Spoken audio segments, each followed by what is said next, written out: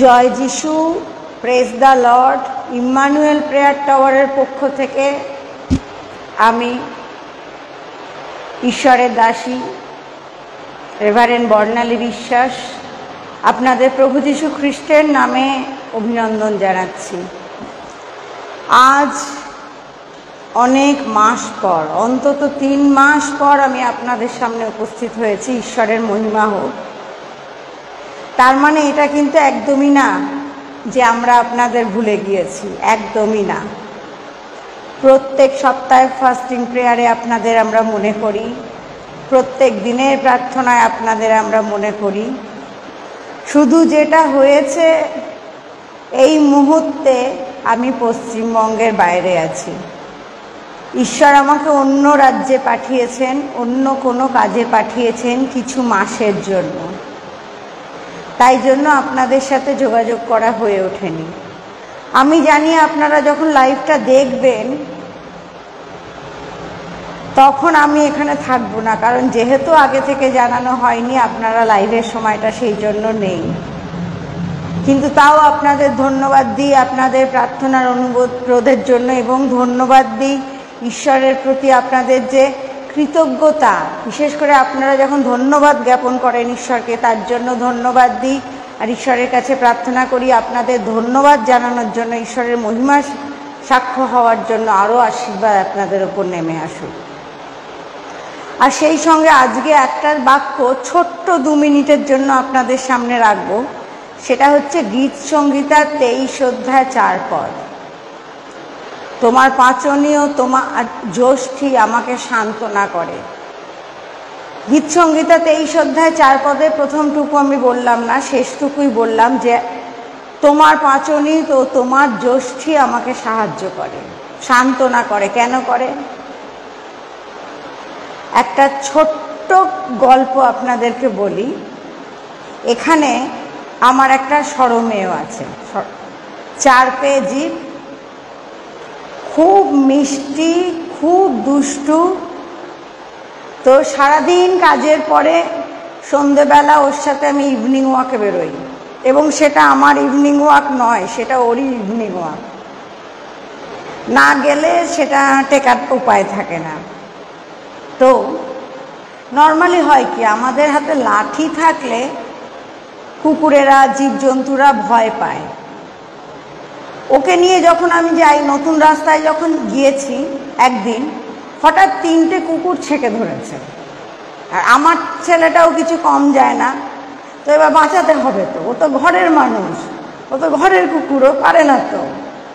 তো তখন আমি রাস্তা থেকে একটা লাঠি তুলে নিলাম।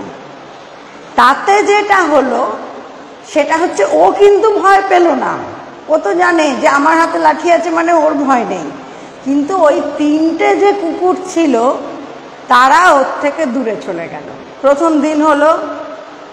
দ্বিতীয় দিন আবার দেখলাম আসছে 3জন, তারা করছে নতুন রাস্তা, আবার হলো। দিয়ে এখন যখন বাইরে যাই, ওই 3টে কুকুরের কেউ ওর দিকে ঘুরেও তাকায় না। এখন যেটা হয়, আমার 4 পেয়েটার বেশি ক্ষমতা হয়ে গিয়েছে আমার ছেলেটার। ওরা শুয়ে থাকলেও এগিয়ে ওদেরকে চেস করে, যতক্ষণ না ওরা উঠে একবার ডাকে। তো কেন? কারণ আমার 4 পেয়েটার নিশ্চয়তা আছে, আমার হাতে যখন লাঠি আছে তখন সে লাঠি ওর জন্য তো নয়ই, কিন্তু ওকে বাঁচানোর জন্য, ওকে সুরক্ষা দেওয়ার জন্য। আর সেই জন্যই বাইবেলে বলা হয়েছে যে তোমার পাচনী ও তোমার জ্যোষ্ঠী আমাকে সান্ত্বনা করে। আমরা দেখি মেষদের ক্ষেত্রেও, মেষপালকের উদাহরণ আমরা দেখি গীত সংহিতা 23-এ। একজন মেষ কেরাম হওয়ার কথা, এবং সেখানেও আমরা উদাহরণ হিসাবে দেখতে পাই যে যে পালক সে হচ্ছে একজন মেষ পালক। সদাপ্রভু আমার পালক, আমার অভাব হইবে না। সদাপ্রভুকে মেষপালক রূপে দেখা হয়েছে, আর আমরা তার মেষ। এবং মেষপালকের হাতে যখন লাঠি থাকে, সেটা কিন্তু মেষদেরকে মারার জন্য না, ভয় দেখানোর জন্য না, তাদেরকে রক্ষা করার জন্য। দাউদ মেষপালক ছিলেন, মেষদেরকে বাঁচানোর জন্য ভাল্লুকের সাথে, সিংহের সাথেও লড়াই করেছিলেন, আর সেই ক্ষমতাতেই বলিয়ান হয়ে সে গলিয়াতকে পাত্তাও দেননি। ঠিক আমার 4 পেয়ে সরমেয়টাও তাই, তার আমার হাতে লাঠি থাকলে সে ভয় পায় না, নিশ্চিন্ত থাকে। আর আমরা যিশুর মেষ, তাই যিশুর হাতে যে লাঠি আছে সে লাঠি আমাদের ভয় দেখানোর জন্য না, আমাদের শাসন করার জন্য না, কিন্তু আমাদের সুরক্ষা দেওয়ার জন্য।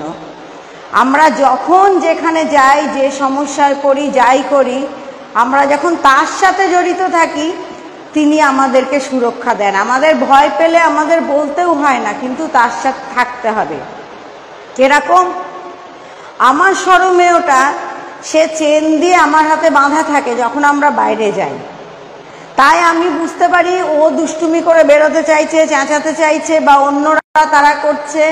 ও বলার আগেই আমি লাঠি হাতে তুলে নিয়ে ওকে বাঁচাতে যাই। ওর পেছনে লাঠি নিয়ে থাকি, ও হয়তো দেখতে পায় না, কিন্তু ওরা অন্যগুলো দেখে সরে যায়। ঠিক সেরকম আমরা যখন যিশুর সাথে জড়িত থাকি তখন আমরা হয়তো দেখতে পারি না আমরা বিপদের মধ্যে আছি, সমস্যার মধ্যে আছি, লড়াই করছি, কিন্তু যিশু পেছন থেকে তার লাঠিটা ঠিক তুলে ধরেন, আর আমাদের সামনে যা বাধা থাকে তা সমস্যা থেকে দূর হয়ে যায়। যেহেতু আমরা চোখে দেখতে পারি না, তাই হয়তো আমরা ভাবি ও ঈশ্বর কি করলো, আমরাই করলাম। আমরা করি না, ঈশ্বরই করে, যিশুই করে।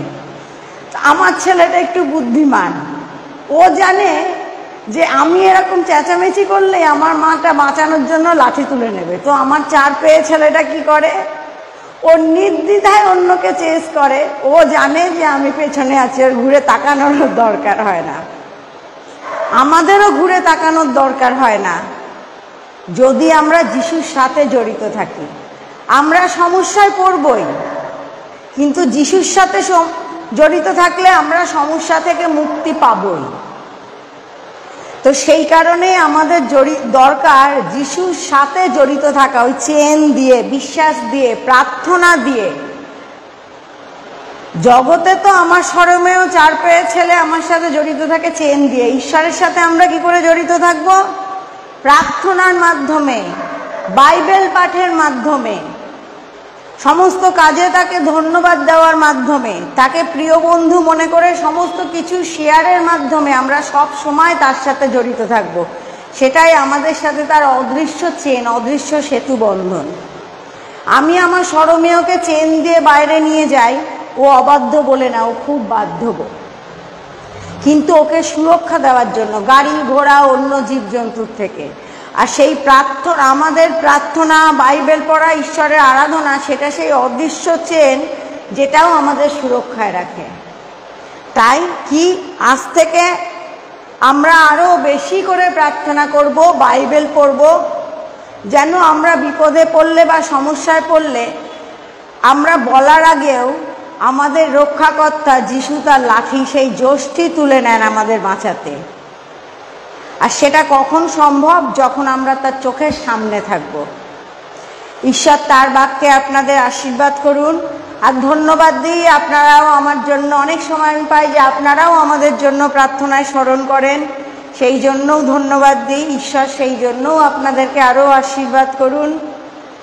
জানি না কবে আবার আপনাদের সাথে দেখা হবে, তবে চেষ্টা করব যাতে খুব তাড়াতাড়ি হয়।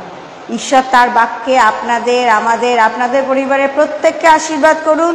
যাদের যে প্রার্থনার অনুরোধ আছে, যে অসুবিধা আছে এই মুহূর্তে, সেই সমস্ত দূর হয়ে যাক, যাতে আমরা ইম্যানুয়েল প্রেয়ার টাওয়ার আরও অনেক বেশি সাক্ষ্য পেতে পারি, আরও সবাই মিলে অনেক বেশি ঈশ্বরের মহিমা প্রকাশ করতে পারি। আমেন, হালেলুয়া, ঈশ্বরের মহিমা হোক। জয় যিশু, প্রেজ দ্য লর্ড। সবাই ভালো থাকবেন।